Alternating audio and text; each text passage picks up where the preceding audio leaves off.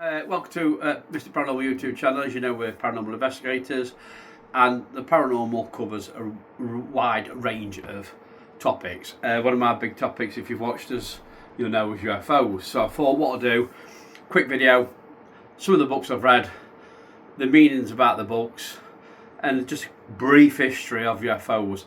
We are hoping in the future to do a little series about UFOs, probably when the winter months are here. And we're not going out to sit down and talk a lot more in depth. So first of all, one of the first books I read, I have not got with me, I've lent it to somebody, was Tom DeLonge's Secret Machines. Now, if nobody knows who Tom DeLonge is, he's actually the Blink 182 guitarist who came into the UFO field due to being on tour in the early 90s with no Facebook or anything, so all he did was read UFO books, got hooked on them, and now he's one of the leading figures in the UFO movement. He's also got his own business. I think I'm going to get this wrong. I will get some stuff wrong here because this is just off the top of my head. It's called something to the stars. I'm not sure if it's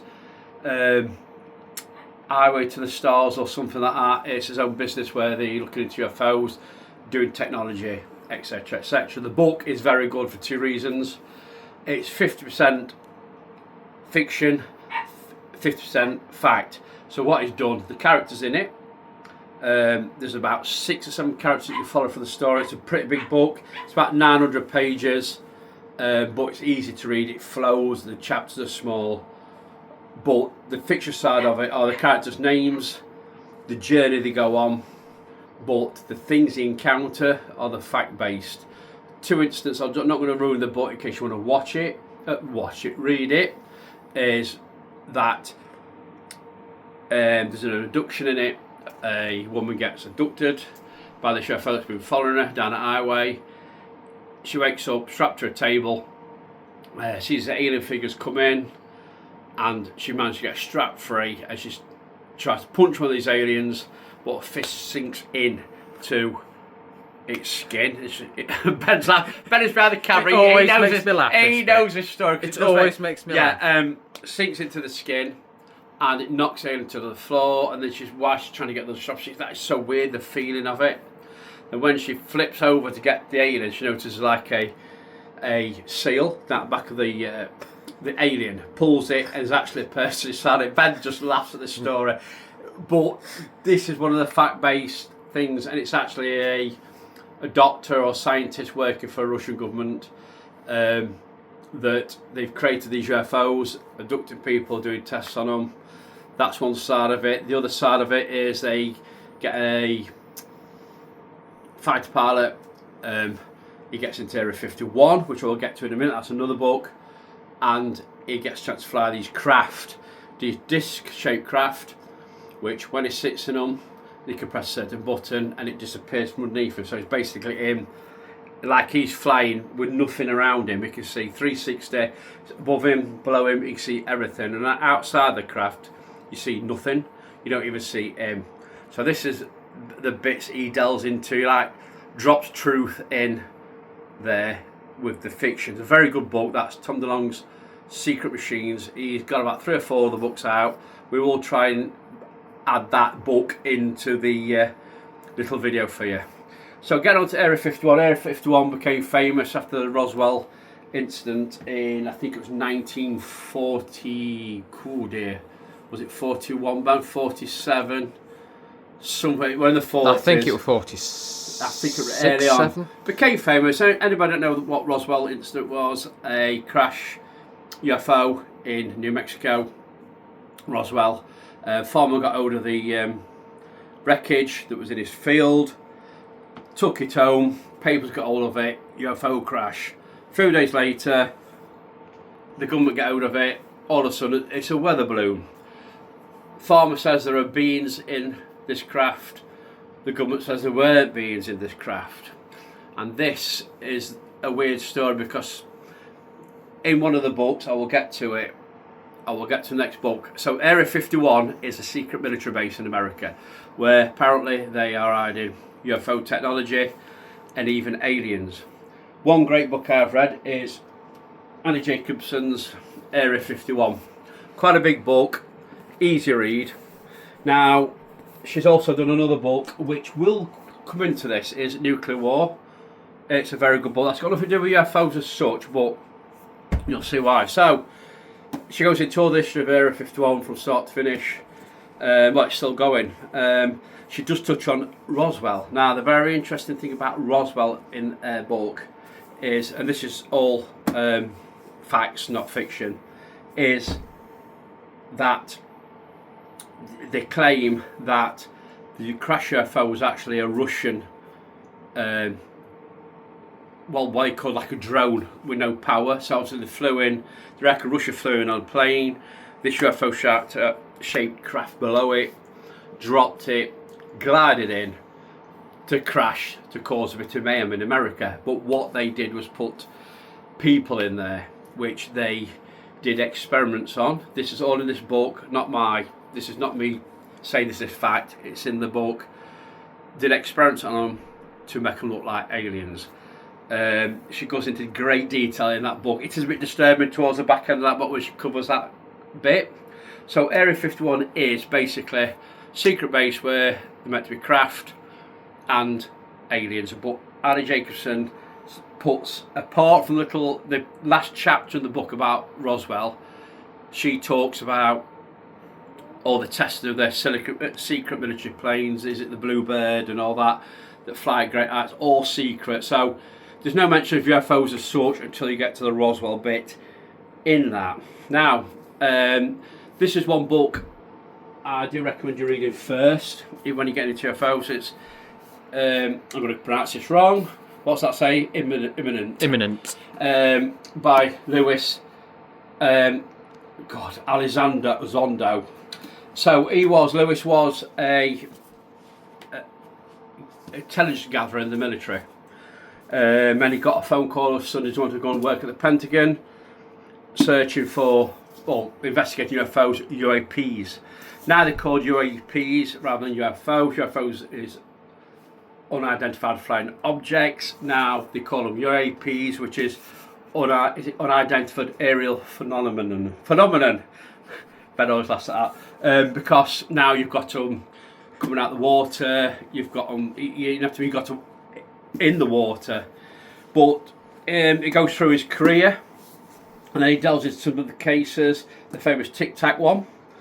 Tic Tac. You've all seen that. If you're into UFOs, you'll know what the Tic Tac UFO is. He delves into that. He also goes into a lot of stuff that's top secret at the minute, that's being released. He is part of the panel that did front of Congress, who gave out evidence about UFOs last year and the year before. And he even mentions one that's the size of an oil rig. They've got footage of someone on an oil rig actually filming, and this thing was the size of the oil rig they were standing on, moving below the water. There's also one in there that they followed the military tracked at high speed. I think it was about 1,000 miles an hour across land, and then also it went into the sea with not even a splash.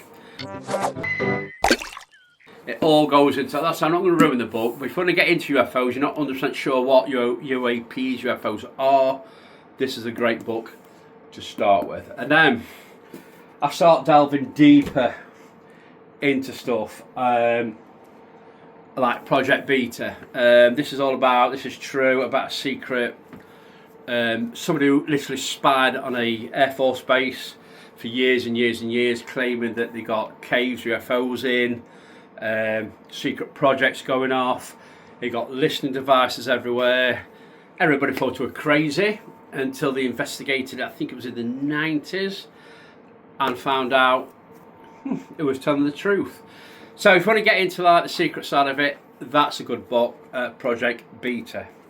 Now we start getting really deep. As you know, when you read different books of our experience with UFOs, you get different theories on everything. So one of the first books which I do recommend reading is Communion, a true story by Whitley Strider. Now if you're into UFOs, you'll know who Whitley Strider is. This image is actually the print of Alien Grey. That an artist designed that by Whitley's account, and that is a standard thing you'll see a grey alien now. It's all about his abductions when he was younger, when he was older, other people get in contact with him when they hear his story. It's a great story. You've got to have an open mind with this book, and the other few I'm going to mention, you've got to have a really open mind with it. You've got to think outside the box. But if you're into alien abductions, this is a classic one. And like I said, I think it was done in the 70s. It's quite an old book, but you can get all different versions, new versions of it. It's really good. And now we start getting even a bit more deeper. So this one is the, I'm going to definitely say this wrong, Ben might have to help me with this. What is the book title? The Extraterrestrial Model. So basically this is written by Dr. Michael P. Masters, and basically what this is going through how humans have changed over a period of time, how he's connecting it to aliens, that we've got our bone structures, how we've changed. He believes that aliens, we are all descendants of aliens that came before the start of time to this planet, and of course just turned into what we are today. It's a very deep book, I read it in about 4 weeks. It takes a lot of going through, but you have to go back on yourself to really know what it's on about, because it is in really, how can I put it, professor and doctor terms, if you know what I mean. It's well written, but it's worth a look. Now when we go even deeper, we go into, I brought my other one up, I forgot it, the UFO of God. Now this is a blinding book. It's absolutely crackers. Right, so Chris Bledsoe, who wrote it, this is his story. He's very famous in the UFO circles. UFO contacted him on a hunting trip. He says it was a bright light that chased them, but they were like little balls of light. And it turns out that the ball of light used to come to him, and it was actually like an angel, a god figure, not an alien like the Grey, literally like a god figure, an angel. And over time they came visiting, and over time he could actually call on them for help. I think he's had lie detector tests, passed them all. When I read this book, UFO God, I thought, oh blimey, here we go. But when I read the other book, you'll know why I've changed my mind on this book. He gets help off from, he gets healing powers off from, people will contact him, he doesn't contact them for help, and he will get healing powers. Also, the only bit that I didn't really quite agree with, they said he got messages about the future from this being, and it was the same being that he saw every time. He could like literally call at the sky, and down it came and met him, and other people have witnessed this as well. But we don't hear the story of what this being actually told him about the future. Now, does he want to keep it secret, or did it really happen? But it's called UFO of God because it's religious, and that's what leads me to, I've not got my other book, but I've got this other one. Gods of the Bible. Now this is when we start getting deep into different theories. The theory with these books, I've got the God of the Bible and I've got the UFOs in the Bible, is that through the Bible you can look at the pictures, you can look at the quotes in the Bible, the passages, and they do mention UFOs. There's pictures with like what they reckon UFOs in them. So the idea behind these authors is that beginning of time we came down as there was a alien race called the Anunnaki who came from another planet. Their planet got destroyed. It could have been Mars by a nuclear accident, because they have found nuclear waste on Mars, and they had to search for a different planet. The nearest planet was ours, but at the time, this is where it gets deep, and this is where you've got to have open mind. Of course, there were dinosaurs roaming the world. There were all sorts of. They had to get rid of the dinosaurs, i.e., the big meteorite or whatever it was, to wipe the dinosaurs off the planet. They came down. They mated with that cave. You know, when we was like monkeys, apes. They bred with them. It went wrong. So the queen of the Anuka came down and sorted it out. Basically, that's where Adam and Eve come from. So they reckon that we all come from aliens. Basically, what the other book I was talking about by Michael P. Masters wrote, it's simply around that way. Now you've got to have open mind with this. Are we saying it's true? No, we're not. But they are cracking books to read. All I can say is, if anybody wants any names for these books again, let me know and I can point in the right direction for them. If anybody's read different books that I think I might be interested in, let us know. But as for aliens, I mean, the people in all these books, you'll read all different accounts. People think if they're visiting from another planet, another solar system, you'd have like what we call a UFO motorway coming through space. You'll see them all the time, which apparently NASA and that doesn't see. So they reckon what they do, they've got machines where they fold time. So they're like, basically you've got like time like that, and they'll bend it so you get to A to B quicker. And other people think they're already here. They've been here for years. If you watch films like War of the Worlds, they've been buried underground. Some people believe that there's aliens already here working with us underground. People believe that there's alien races under the sea. Now we're getting a lot of UAP reports from the sea. But like I say, it's a complete mystery. This is what I like about the UFO, UAP theories.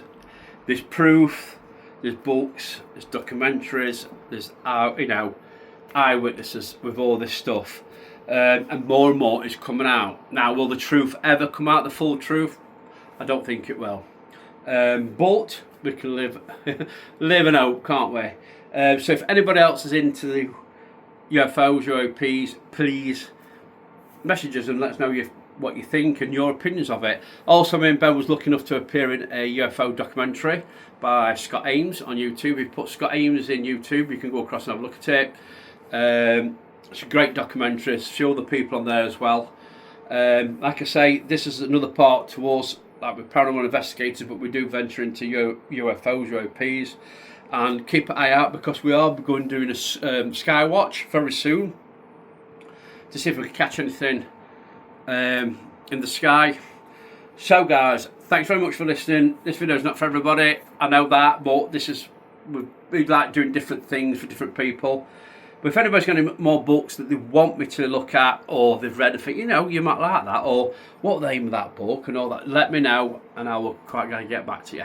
So guys, thanks for watching. Don't forget, please subscribe and we'll catch you next time. Bye bye.